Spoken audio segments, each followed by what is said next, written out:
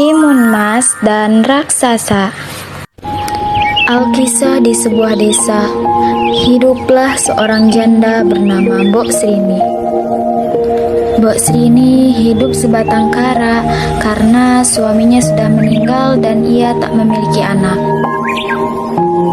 Walau begitu, Mbok Srini terus mengharapkan seorang anak supaya beliau tidak kesepian.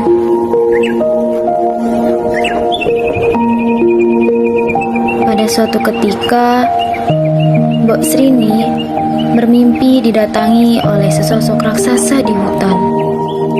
Raksasa itu menyuruh Mbok Srini datang ke hutan dan mengambil bungkusan yang ada di balik pohon. Mbok Srini terbangun dari tidurnya. Dia termenung, memikirkan ucapan raksasa yang ditemui di alam mimpi. Aku harus segera pergi ke hutan. Karena merasa mimpi itu adalah pertanda mukjizat, Mbok Srini segera pergi ke hutan. Dia datang ke balik pohon, tempatnya biasa mencari kayu bakar untuk kebutuhan sehari-hari. Namun, bukannya mendapatkan anak yang diinginkannya, Mbok Srini justru bertemu raksasa. Raksasa itu berkata, dia akan mengabulkan permintaan Mbok Srini, tetapi Mbok Srini harus memberikan imbalan yang sepadan.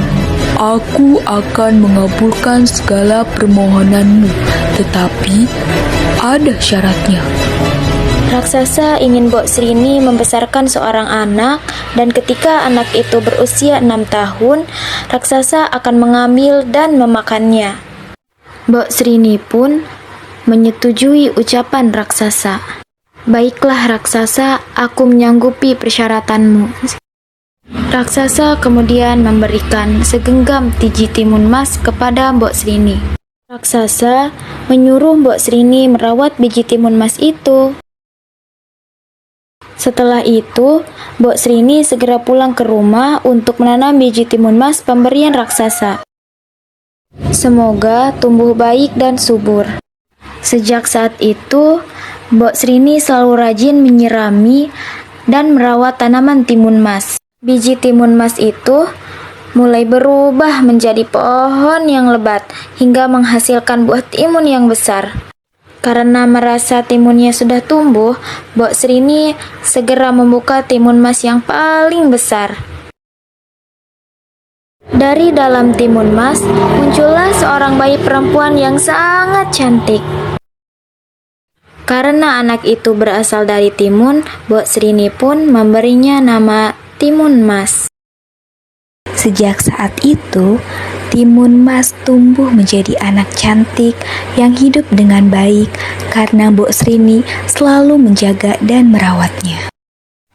Namun, Mbok Srini selalu dihantui rasa takut akan kedatangan raksasa untuk mengambil dan memakan timun mas. Ketakutan Mbok Srini pun terjadi. Hari itu, raksasa benar-benar datang ke rumahnya. Mbok Srini pun menyuruh timun mas bersembunyi di dapur. Setelah memastikan timun mas bersembunyi di tempat aman, Mbok Srini pun menghampiri raksasa. Oh, wahai wanita tua, aku kemari untuk menagih janjimu. Serahkan anak itu kepadaku. Benar saja, sang raksasa menyuruh Mbok Srini menyerahkan timun mas. Wahai raksasa, maukah kamu datang 2 tahun lagi?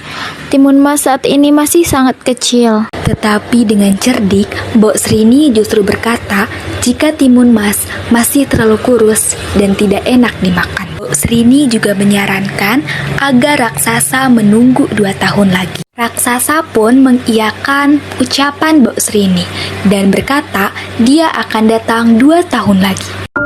Tuhan, berikanlah jalan keluar untukku dan anakku. Setelah kepergian raksasa, Mbok Srini terus berdoa kepada Tuhan supaya membantunya mencari jalan keluar. Doa Mbok Srini pun terkabul. Melalui mimpinya, dia bertemu dengan seorang pertapa di gunung. Mbok Srini segera menyuruh Timun Mas mencari pertapa yang ada di mimpinya itu. Baiklah ibu, aku akan segera mencarinya. Timun Mas segera mencari pertapa. Setelah berhari-hari pergi, benar saja, pertapa yang Timun Mas cari ada di sana. Ada apa gerangan yang membuatmu menemuiku? Pertapa segera memberikan 4 bungkusan kepada Timun Mas. Pertapa menyuruh Timun Mas berlari ketika raksasa datang ke rumahnya, dan Timun Mas harus melemparkan bungkusannya secara bertahap. Tidak terasa, 2 tahun sudah berlalu begitu saja. Raksasa kembali datang ke rumah Mbok Srini untuk meminta Timun Mas. Raksasa sudah kehabisan kesabaran. Ia memaksa Mbok Srini. Cepat serahkan anak itu padaku. Dengan berat hati, Mbok Srini pun memanggil Timun Mas untuk menemui raksasa. Bukannya menghampiri raksasa, Timun Mas justru berlari secepat mungkin. Aku harus berlari dengan cepat dan mengambil kesempatan.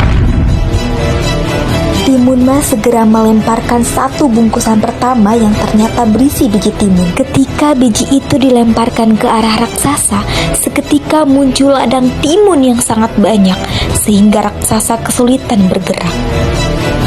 Namun, raksasa tetap mampu melepaskan diri dari sana dan kembali mengejar Timun Mas. Dia bisa membebaskan diri. Timun Mas segera melemparkan bungkusan kedua yang ternyata berisi jarum. Jarum yang dilemparkan oleh Timun Mas seketika berubah menjadi pohon-pohon pinus yang melukai kaki raksasa. Rasakan itu, raksasa. Namun, raksasa kembali berhasil membebaskan diri. Timun Mas kini melemparkan bungkusan ketiga yang berisi garam. Di tempat garam-garam itu dilemparkan, muncul lautan yang membuat raksasa tenggelam. Wah! Namun, lagi-lagi raksasa berhasil menghadapinya. Timun Mas sudah hampir menyerah. Kuharap bungkusan terakhir ini berhasil. Tetapi dia kini melemparkan bungkusan keempat. Bungkusan terakhir itu berisi terasi, dan ketika dilemparkan ke arah raksasa, muncul lautan lumpur yang panas, sehingga raksasa pun tenggelam. Akhirnya aku berhasil. Timun Mas segera kembali ke rumah tempat tinggal Mbok Srini. Ibu, Timun selamat. Ketika dia sampai di sana, dia bisa melihat Mbok Srini sedang menangis. Mbok Srini pun segera memeluk Timun Mas. Sejak saat itu, Mbok Srini dan Timun Mas pun hidup bahagia selamanya. Syukurlah kamu selamat anakku.